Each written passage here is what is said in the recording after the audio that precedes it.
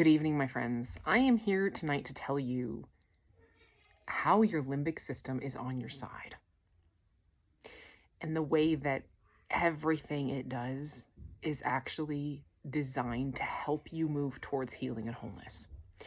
And this is one of the hardest things to believe when we're in the throes of really intense activation and symptoms, and our limbic system seem like monsters and aggressors and anything but a part of us that's trying to help. So the reason that we have limbic impairment is there's a lack of safety in our brain and nervous system. It's created through a stress-induced brain injury, but that's the bottom line, is we need to create safety. And if you're watching this video, you're likely to be in the group of people who has never felt truly safe in your body, in the world, in your relationships, in your life. And this process is designed by something greater to help us achieve that. And this is how. As we go through this, if you think of when you were little, like at the time when you learned how to ride a bike, if we don't know how to ride a bike, or if we've fallen off a bike and gotten hurt, avoiding riding, not getting on the bike, avoiding bike riding is a really good way to stay safe. But that is how, for most of us, we've learned to, or our limbic systems have learned to protect us, whether we've had just a very abrupt overnight limbic injury or a long lifetime from birth kind of thing. That is how our limbic systems protect us, is via avoidance. And it's effective. It works. Like, if you think about that, yeah, just don't get on the bike. You won't get hurt. If you don't know how to do it, or if you got hurt before, just don't do it again. That's it. And in this situation, we're wanting to replace avoidance with competence and safety and wisdom and understanding and informed action. And every single step of recovery is designed, every single trigger is just a place where safety needs to be created, and it's not there yet.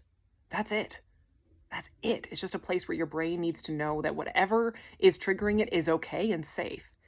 And it starts with self-knowledge, which is why we look at, okay, what are my brain patterns? What are my most frequent brain patterns? What are my trauma loops? What do I believe? What are my habitual brain states? Am I practicing positive brain chemistry? But overall, this journey is an incredibly intimate, magical journey with your limbic system, where every time as you go through the phases of recovery, you learn how to regulate your own brain and nervous system and create safety. In stage one, all the repetition, all the consistency, all of the redirection, all of the elevation, all of that labor you're putting in is you saying, I will do anything to keep you safe, little one. I will do anything to learn how to meet your need for safety and regulation. In the later stages, you learn how to befriend your emotions. Your emotions are a compass. You learn from them.